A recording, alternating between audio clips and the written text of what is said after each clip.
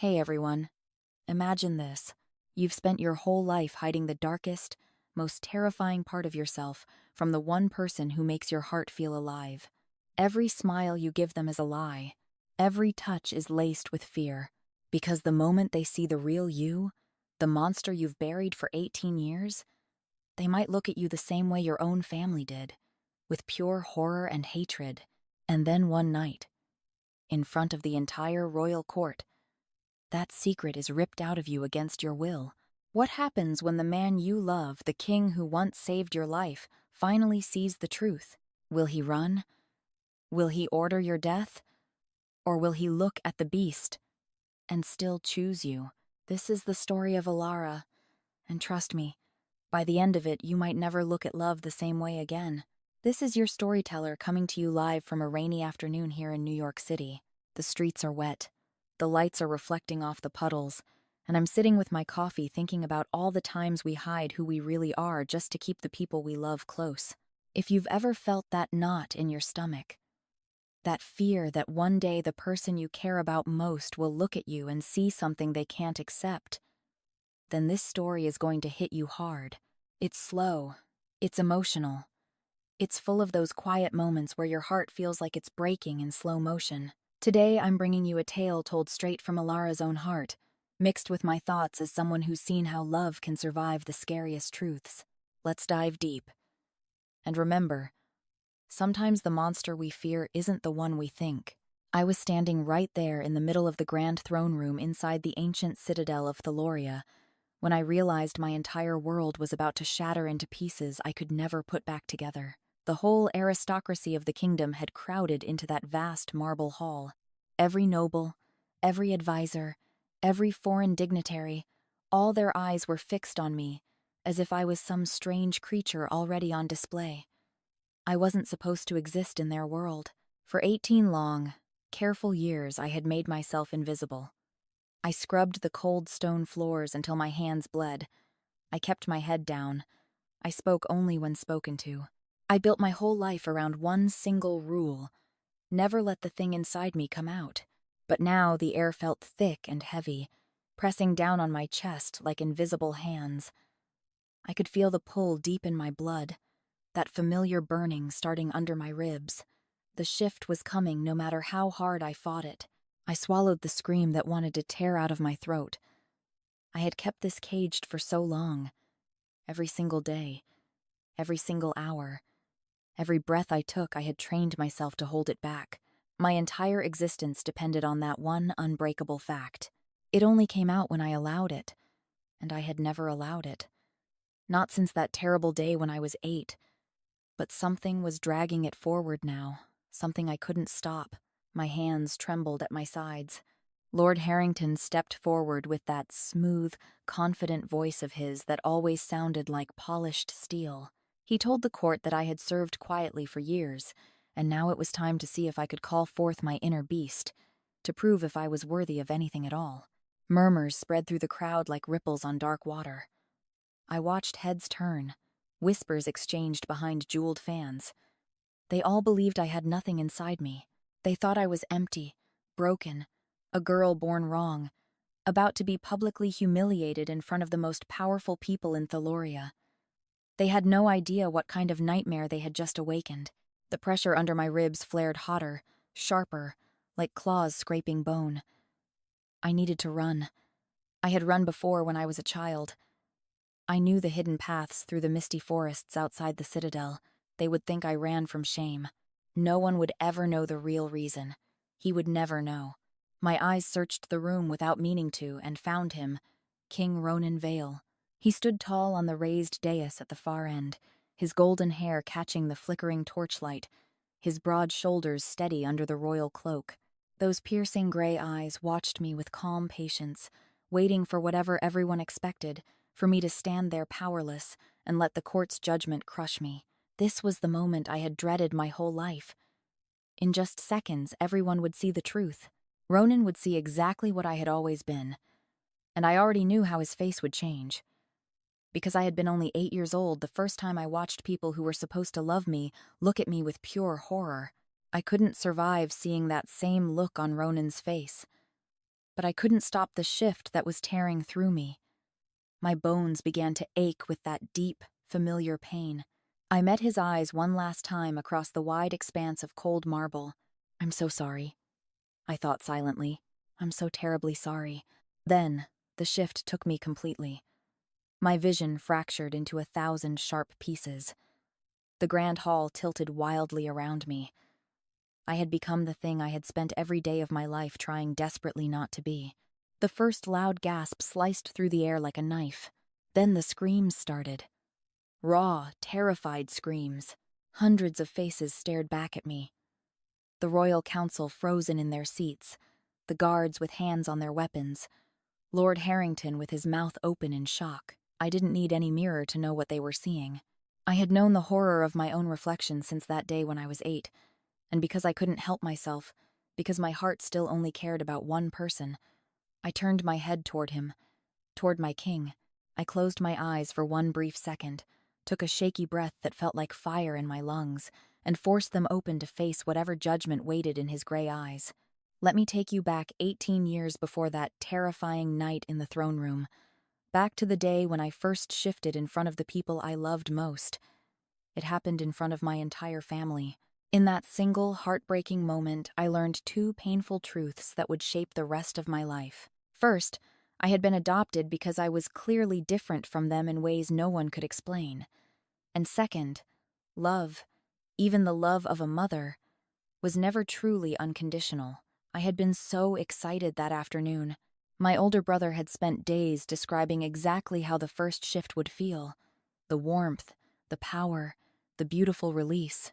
So when the strong urge rose inside me, and something began clawing its way out, I thought, finally, this is my moment. My mother was right there beside me, her voice gentle and encouraging as she stroked my hair. Then it happened. I changed. And her face, it simply decomposed right in front of me. The love in her eyes died instantly, and was replaced by pure terror. Everything I had known shattered in that second. I had to run from the screams, from the lit torches they grabbed, from the people who had raised me now chasing me with hatred and fear in their voices. I ran into the misty forests and never looked back the same way again. I swore to myself that I would never show anyone my true shift ever again. I would keep it locked away forever. Yet here I was, only weeks away from being forced to reveal it to the entire court of Theloria. But back then I had no idea what the future held. Right now, in the days leading up to that nightmare, I was still just a quiet, unnoticed maid, scrubbing the endless stone floors of the citadel. My knees ached from kneeling for hours. My hands were raw from the rough brushes. Then 3 new young guards, bored with their duties, decided to make my afternoon even harder. "Look, that's her," one of them said with a mocking laugh. "The girl everyone says has no beast at all." I kept my eyes on the floor and continued scrubbing. "No beast whatsoever?" The second one joined in. "What's even the point of keeping someone like her around then?" The third kicked lightly at my bucket, splashing dirty water. "Kitchen work is probably all she's good for. Not like she's pretty enough for anything more interesting." This was the kind of thoughtless, casual cruelty that comes so easily when the target is small, quiet, and has learned over years never to fight back. And I knew deep in my bones that fighting back was the worst thing I could do. Being called empty and useless wasn't really an insult to me. It was actually my best protection. The perfect lie that kept me safe from ever being looked at the way my mother had looked at me the moment her love turned to disgust. "Hey, you!" A heavy boot suddenly stepped right into my line of sight, blocking the floor I was cleaning. "You deaf as well as useless?" the guard asked loudly. I answered as softly as I could. "I'm just doing my work, sir." He laughed again, but then he leaned down closer. "You know, you're actually not bad looking up close. Maybe you could be useful in other ways, after all." His hand reached out toward me. "Is there a problem here?" The voice came from behind me, warm, relaxed, the kind of voice that didn't need to shout to fill the entire corridor and make everyone stop breathing. All 3 guards went completely still. I closed my eyes for a brief moment and thought, "Not now. Please not now." King Ronan was leaning casually against the stone wall, his golden hair a little messy as if he had just come from training, those bright gray eyes watching everything with that easy confidence. He looked like he had simply wandered into the hallway by chance, but I knew better. Ronan never wandered anywhere without purpose. Beneath my ribs, the hidden thing inside me stirred restlessly. "Your Majesty," the first guard stammered and bowed low. Ronan asked in that light tone what exactly they thought they were doing, wasting time and bothering people. The guards tried to explain, but only managed to stutter. He dismissed them with a few calm words, and they hurried away looking pale. I let out a long sigh. "You really shouldn't have done that," I scolded him quietly. He blinked at me with perfect innocence. "Done what? Walk down a corridor in my own citadel?" I tried to explain about the guards and how it would look. He groaned my name softly. "Elara," and asked how many times he needed to remind me to just call him Ronan when we were alone. I snapped back that this corridor was not private at all. Servants were walking past with linens. Guards were stationed at the far end. He looked around with genuine confusion on his face. "This feels pretty private to me," he said. I gave him one of my long looks.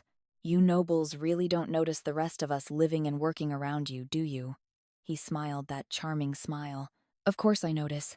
I just don't think anyone would mind a small break in all the stiff protocol once in a while."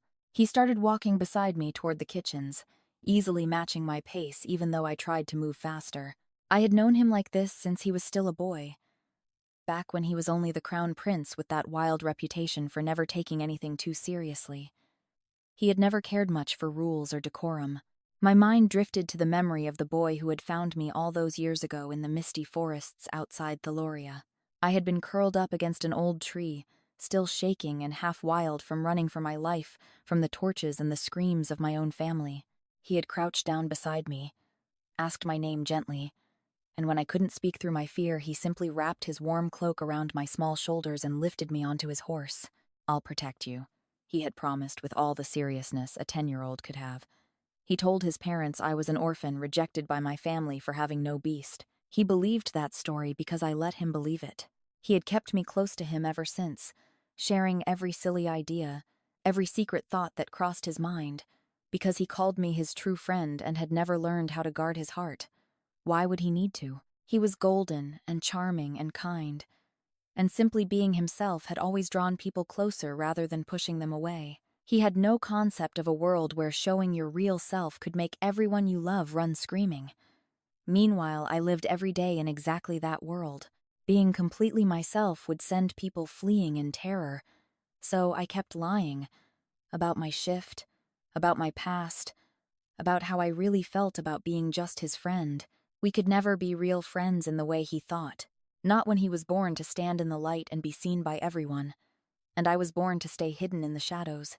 He caught up to me again as I tried to put distance between us. "I have some news," he said, his eyes sparkling with excitement. I walked even faster. "That's wonderful. I'm sure it has nothing to do with me at all." He reached out and gently caught my wrist, making me stop. "That's where you're wrong this time." He was smiling, but beneath the smile I could see something eager and a little nervous. "I'm getting married," he announced, his voice bright and full of joy. Inside my chest, something I had carefully built over years cracked and began to fall apart piece by piece. I kept telling myself I was being completely ridiculous. Of course a king had to marry. It was part of his duty. He had been engaged since he was a child to the princess of a powerful neighboring kingdom, but then he explained that the princess had suddenly found her true mate and broken the long arrangement. The royal council had almost had a collective panic attack. Yet Ronan looked happier than I had seen him in a long time, almost glowing from within. The political alliance would still hold through open trade routes, so the kingdom was safe, but he was finally free. He stepped closer, and his scent washed over me, bright and sharp with pure happiness. So really, everyone wins in the end. And I'm finally free to marry the woman I truly love. I could barely breathe. The sounds of pots clattering in the nearby kitchens felt far away, like they belonged to another world. "There will be a grand engagement ball," he continued, pacing with that restless energy he always had. A big celebration to present my bride to the court. My voice came out flatter than I intended. Your bride? He took my hand in both of his. There is no other woman for me anymore. Not now. Not ever. The hidden thing deep inside my chest growled with a pain I couldn't describe. Are you really sure? I asked carefully. Is she even the right person for the crown? Has the council checked her family? He just shrugged like none of that mattered. I don't care what the council thinks. I'm in love. The silence between us stretched longer and longer. Since when? I finally managed to ask. He laughed softly, looking a little shy for once. I think it's been for years, actually. Almost my entire life, if I'm honest. My chest felt like it was caving in completely. I had loved this man quietly and carefully for 10 long years. I had learned to live with the pain of knowing my feelings could never be returned because he had never seemed to love anyone deeply. And now this love of his was fierce and focused and directed completely at someone else. Who could it be? My mind raced through names, but none made sense. So, what do you think? He asked, watching me eagerly, almost nervously. I forced the biggest smile I could manage. I think it's wonderful for you. But inside, I was dying slowly. The engagement ball was set for only 1 week from now. He squeezed my hand excitedly. You only need to be there. It's going to be a magical evening. You'll see. You'll love every moment. My throat was too tight to speak properly. I pulled my hand free gently. I should get back to work, I whispered. Congratulations, Your Majesty. He frowned, the bright joy on his face fading into confusion as I turned and walked away before he could see the tears starting to break through. The beautiful dress arrived early on the morning of the ball. It was laid carefully across my narrow bed by one of the palace stewards. Silver silk, embroidered with threads that sparkled like distant stars in candlelight. There was a small note pinned to the bodice, written in Ronan's familiar, careless handwriting. Wear this tonight, please. My hands shook as I picked up the soft fabric. The grand ball was already in full swing by the time I gathered enough courage to walk through the tall doors. Thousands of candles cast a warm golden glow over the polished marble floors that looked like mirrors. Flowers cascaded from every surface, filling the air with sweet perfume. The entire court was dressed in their most expensive clothes. Foreign dignitaries clustered near the dais. I stood at the entrance. My hands clenched tightly in the folds of my skirt. My chest felt tight. My pulse raced too fast. The hidden thing inside me was coiled and alert, tracking every movement, every scent in the crowded room. Too many people. Someone was definitely watching me. I looked around nervously. Lord Harrington was making his way through the crowd toward me. He had always been kind to me in the past. Have you heard the latest news? He asked with a smile. His Majesty still won't reveal who it is. He wants to keep the surprise until the right moment. He turned to me, his eyes searching my face. Do you have any idea? No idea at all, I answered, though the words felt hollow. I scanned the room desperately, trying to guess who the lucky woman could be. Countess this, Lady that. None of them seemed right. Well, Lord Harrington continued, lowering his voice, whoever she is, we can both agree it's not the old princess anymore. Then he smiled. Actually, I have my own contingency plan ready. Someone much better suited. My daughter, Mira.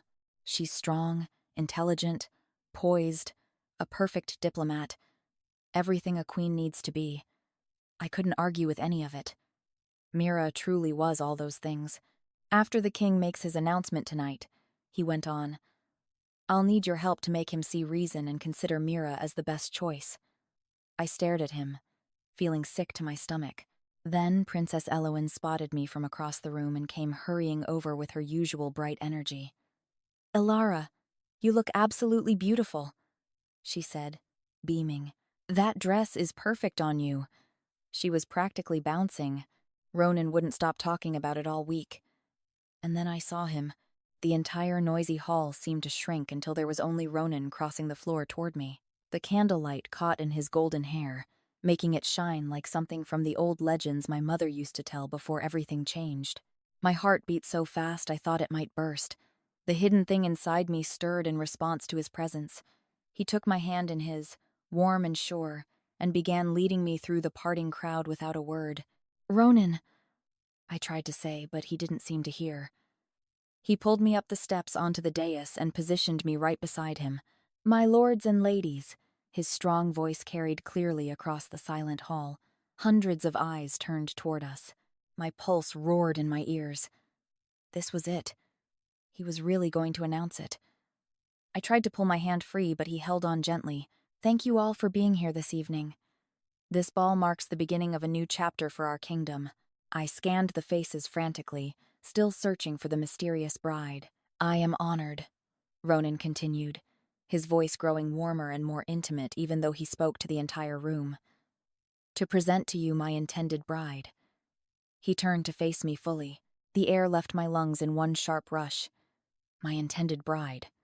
The words echoed inside my head like they made no sense. This couldn't be real. "Ronan," I whispered, but the room was already erupting in scattered, uncertain applause. "The maid?"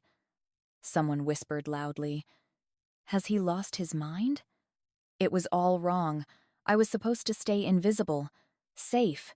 I ripped my hand free from his and ran as fast as I could, bursting through the tall terrace doors into the cold night air outside. The stone railing of the terrace was cool under my trembling hands. I gripped it hard enough to hurt, trying to ground myself, trying to force air into my lungs. The hidden thing inside me was thrashing wildly. Ronan's voice cut through the roaring in my ears. "Where are you going? The ball has only just started. We didn't even get to dance yet." I turned around slowly. Tears were already streaming down my face and I couldn't stop them. He stopped walking. I watched his expression change from amusement to shock. "Elara, is this some kind of joke to you?" I asked, my voice breaking. He took a step closer. "No, of course not. Why would you even think that?" I stepped back when he tried to come nearer. "Then why did you just tell the entire ballroom that we are getting married?" His voice dropped to almost a whisper. "Because we are." I stared at him in disbelief. "No, we are not." He looked completely lost. "But you said you would. Last week in that corridor. Remember? I told you the princess had found her mate and I was finally free. I told you there would be a ball to celebrate our engagement. I told you I loved you." I hadn't understood any of it that way. My mind was spinning. He cupped my face gently with both hands, his thumbs brushing away my tears. "There could only ever be you, Elara. I've loved you since the very minute I found you hiding in the forest all those years ago." He dropped smoothly to one knee right there on the cold stone. "Will you do me the honor of becoming my wife? And my queen?" I was shaking my head, not because I wanted to say no, but because none of this felt real. He leaned in and kissed me. The kiss started soft and tentative, but quickly turned deep and hungry when I made a small sound. His body pressed against mine, solid and warm. The hidden thing inside me surged toward him, wanting to get closer. "Say yes," he breathed against my lips, his voice rough with emotion. "Yes," I whispered before I could stop myself. He laughed with pure joy, spinning me in his arms. "You're going to be my queen, and my mate." The word mate cut through the warm haze like cold water. He would expect the full mating bond. When that happened, he would feel everything inside me. He would know exactly what I was. I had just agreed to marry the man I had loved quietly for years, and now I knew I would have to find a way to end it before it destroyed us both. A whole week passed in a blur of stolen kisses and growing panic that never left my chest. Ronan kissed me everywhere, in quiet corridors when no one was looking, in the council chambers when he thought the advisors had left, in the gardens where anyone could walk by. Soft kisses, deep kisses, kisses that made me forget my own name for a moment. I wanted him so much it hurt, but I knew the mating bond would link us completely. He would sense everything I felt. He would know something was terribly wrong with me. My hands shook every time I thought about it. I couldn't let him see the truth. My own mother had sung me to sleep, had chosen me, had loved me, until the second she saw what I really was. Her love had turned to horror in an instant. If even she couldn't accept me, how could Ronan? I kept imagining his beautiful face changing from warmth to disgust. I knew I wouldn't survive that look. Lord Harrington found me pacing alone in the gardens one morning. "You cannot marry the king, Elara," he said gently but firmly. "You have no beast to stand beside him as an alpha needs. A queen must be strong." The words hurt even though they were true in a way. He offered that I could still have Ronan in secret as a mistress if I stepped aside for his daughter Mira. "You can have him, just not publicly." I nodded because I couldn't speak. Then Ronan appeared at the end of the path, his eyes hard. He pulled me away from Lord Harrington, tucked us behind a tall hedge, and cupped my face. "What did that snake tell you this time?" He kissed me again, bright and boyish. "Go change into riding clothes. I'm taking you out for a picnic. Just the two of us. We need some real alone time." One more day, I told myself again. Just one more day of pretending this beautiful dream could possibly last.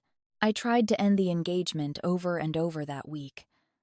The first time was in the library while he pretended to read boring trade papers. The second time outside the council chamber. The third time over breakfast in my small chambers. Every single time he pulled me into his arms, kissed me until I forgot what I wanted to say, and told me he loved me. "Stop trying to talk yourself out of us," he whispered against my lips. "Don't run away from me, Elara. I see that look in your eyes." But I still went to his private study after dinner one night. I told myself it was only to talk. The candles burned low. The citadel had grown quiet around us. He kissed me softly at first, then the kiss turned desperate and hungry. Clothes began to slip away. His mouth found the sensitive curve where my neck met my shoulder. I wanted him to bite me. I wanted him to claim me so badly my thoughts scattered. The hidden thing inside roared. I tilted his head to the side, felt my teeth sharpen, and bit down on his shoulder. A bond suddenly flared to life between us. For one brief, overwhelming moment, I felt everything he felt.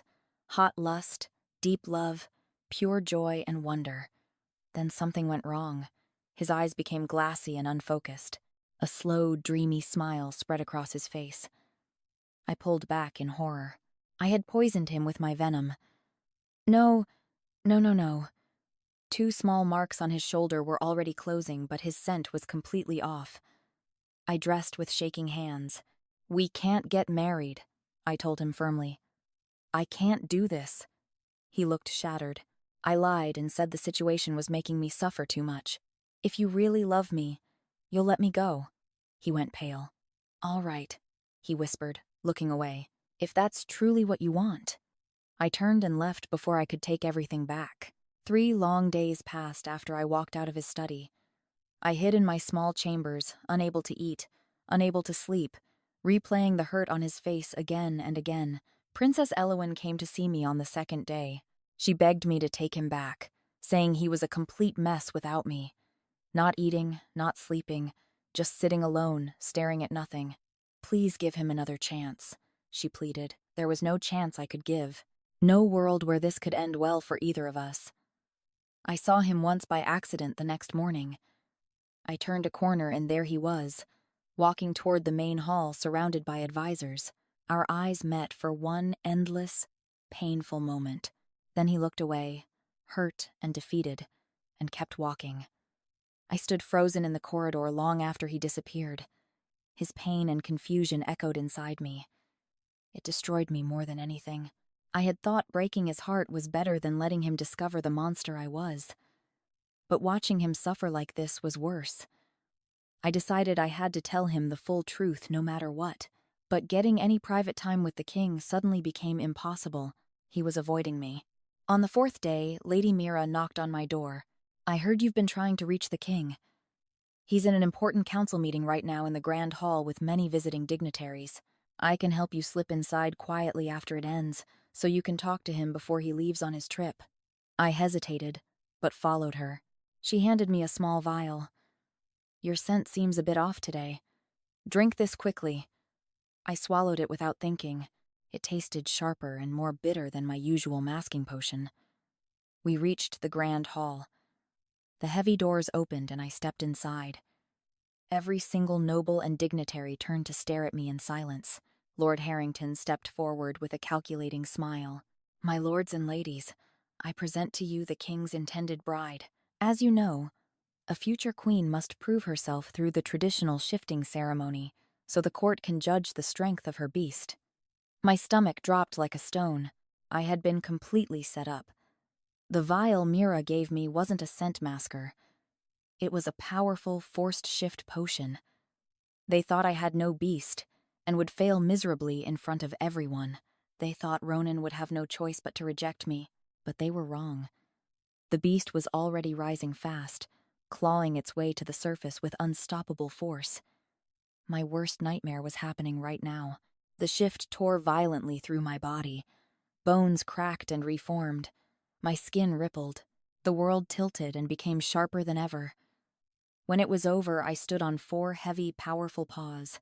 My body was that of a strong lioness with golden fur and rippling muscles. But behind me, a thick, scaled serpent tail coiled with alien, dangerous strength. The world looked completely different. Colors brighter, and every scent overwhelming. Screams erupted throughout the grand hall. I ignored them all. I only looked at Ronan sitting on the dais. His face had gone deathly white. His eyes were wide. Then he swayed and collapsed. The sound of his body hitting the hard marble floor cut through all the screaming. "No!" I lunged forward instinctively. More screams. Guards moved to block my path with weapons drawn. Princess Elowen rushed to Ronan's side. "Call a healer now! The king has been hurt!" The healer checked his pulse. "He's fading too quickly. I don't understand." Lord Harrington pointed at me dramatically. "This abomination must have poisoned him." But Mira suddenly broke down crying. "It was us. My father and I. I poisoned him with a compliance potion so he would agree to sign a marriage contract with me. We gave him too much. It contained nightshade to weaken his healing. Even drugged, he kept calling for Elara. He refused to sign because he still loved her." I roared in rage and grief. The sound shook the walls. I moved slowly toward Ronan, lowering my head to show I meant no harm. Elowen commanded the guards to let me through. I reached him. He looked so small and pale lying there. Death was creeping closer in his scent. My serpent tail moved on pure instinct, curving over his chest. The scaled tip pressed gently against his skin, right above his heart. I felt a strong drawing sensation as the tail began pulling the poison out of his blood, neutralizing it with my own venom system. I hadn't known I could do this, but the serpent part of me had always known. The process felt endless. When it finally finished, his breathing became steady again. Color slowly returned to his face. His eyes opened. He stared up at my lioness body and the coiled serpent tail looming over him. His hand lifted weakly, trembling. The forced shift began to fade, and I returned to my human form, kneeling beside him. "Hi," I whispered, feeling completely useless. He gave a faint smile. Then his eyes closed and he slumped against me. I caught him tightly in my arms. His heartbeat was strong and steady under my palm. He was alive. I stayed by his bedside for many hours. Princess Elowen allowed it. She saved his life. She stays here. Lord Harrington and Mira were taken away to be judged for their crimes. When Ronan finally opened his eyes, I almost jumped. "Elara," he said softly. Just my name, but it made my throat close with emotion. I helped him sip water with shaking hands. He asked what had happened, and I gave him the short version of the poisoning and the plan. He remembered bits and looked a little sheepish. I was too trusting again. I scolded him gently, like always. "How many times do I have to tell you to be more careful?" He smiled that familiar smile. Then his expression became more careful. "You saw what I really am," I murmured. "Do you remember it clearly?" He met my eyes without hesitation. "Yes, the lioness body and the serpent tail." I tried to explain why I had hidden it for so long. "I didn't want to lose you." He sat up straighter. "Your family tried to kill you when you were only a child? They need to face justice for that." He wasn't angry at me at all. He was furious at them. Then his face softened. "We share a bond now. You can feel it too, can't you?" "I could," that thin, warm thread carrying echoes of his emotions. "Then why won't you marry me?" he asked, looking at me with complete earnestness. I stared in disbelief. "Because I'm a monster. People scream and recoil when they see what I become." He looked genuinely confused. "You thought I would mind something like that?" Relief washed over his whole face. "I actually think it's fantastic. Now you can come with me to every boring meeting, and no one will dare argue with us. They'll be too scared of the serpent tail." I hit his shoulder lightly and he laughed. He pulled me closer. "Say you'll marry me again?" I almost died. "My heart might not survive if you break it one more time." I rolled my eyes but kissed his forehead softly. "Yes." His grin was brighter than all the candles in the citadel. He pulled me properly into the bed and into his arms, tucking me against his chest like I had always belonged right there. And maybe I had. If you're listening to this story right now, whether you're in New York, riding the subway, or somewhere far away, and you've ever hidden the deepest, scariest part of yourself because you were terrified, the person you love would walk away, I really feel you. That fear is so heavy, it sits right in the middle of your chest and makes every single breath feel difficult. After that terrifying forced shift in the throne room when the screams started echoing everywhere, I kept thinking to myself, if you were suddenly standing there with your heart pounding and every important person in the kingdom staring at the monster you've hidden for 18 years, would you run away or would you finally stand your ground? I think if it was me in that exact moment, I would have run immediately because the terror of losing Ronan felt bigger than anything else in the world. But Elara stayed. She turned and faced him anyway. That kind of courage is something most of us don't have on our worst days. When Ronan suddenly collapsed and everyone realized he had been poisoned, the grand hall turned into complete chaos with people screaming and guards drawing weapons. Yet in the middle of all that panic, Elara chose to save the man who might still reject her completely. If you have ever been deeply in love with someone who had the power to destroy you with just one disappointed look, you know exactly how impossible and terrifying that choice really feels. Later, when she sat quietly by his bedside for hours waiting for him to wake up, replaying every painful moment in her mind, I couldn't stop thinking how many of us would have simply walked away forever instead of facing the truth head-on. But she stayed right there, holding his hand. That kind of quiet, stubborn love is rare in this world. And when Ronan finally opened his eyes and accepted every single part of her, the lioness, the serpent tail, the monster and all, it really hit me hard. Real love isn't about the perfect, pretty package we try to show the world. It's about the person who looks at your darkest truth and still chooses you anyway, even when the whole kingdom is screaming monster. If you're watching or listening from New York right now, maybe stuck in traffic or lying in bed after a long day, take a moment and ask yourself, who in your own life have you been hiding your real self from out of fear? This whole story teaches us something important that we need to hear, especially here in America where we talk so much about being authentic and chasing real, deep connections in our relationships. The biggest mistake most people make is believing that love can only survive if we show the perfect, polished version of ourselves. But the love that actually lasts, the kind that feels real and strong, is the one that sees the lioness body and the dangerous serpent tail and still says without hesitation, I want all of it, every single part. So here's my honest advice for you today. If you are carrying any secret right now that is slowly eating you alive inside a relationship, take real action this week. Find a quiet moment and open up honestly to the person you love. Tell them the thing you are most afraid to say out loud. You might be surprised by how they respond, and even if it's hard, you'll feel lighter afterward. And here is one question I want you to think about tonight before you sleep. What secret are you still holding on to that might be quietly holding you back from the kind of love you truly deserve? Comment 1 below if you think Elara did the right thing by trying so hard to protect Ronan even when it completely broke her own heart. Comment 2 if you believe the family from her childhood actually deserved to be forgiven a little faster than she did. Comment 3 if you have ever been in a similar situation where you hid your true self from someone you loved deeply. And comment right under this video. Tell me which city or country you are watching from right now, and what time is it there? I love reading every single comment from all over the world and connecting with all of you. This story is created solely for educational and informational purposes. It is intended to offer relationship insight and awareness, not to target or identify any specific individual. The events and characters presented are entirely fictional, designed for both entertainment and learning. Subscribe and hit the bell to never miss a new story. Join our community of romance lovers in the comments. I love hearing your thoughts and recommendations. See you in the next one, friends. From New York, with love.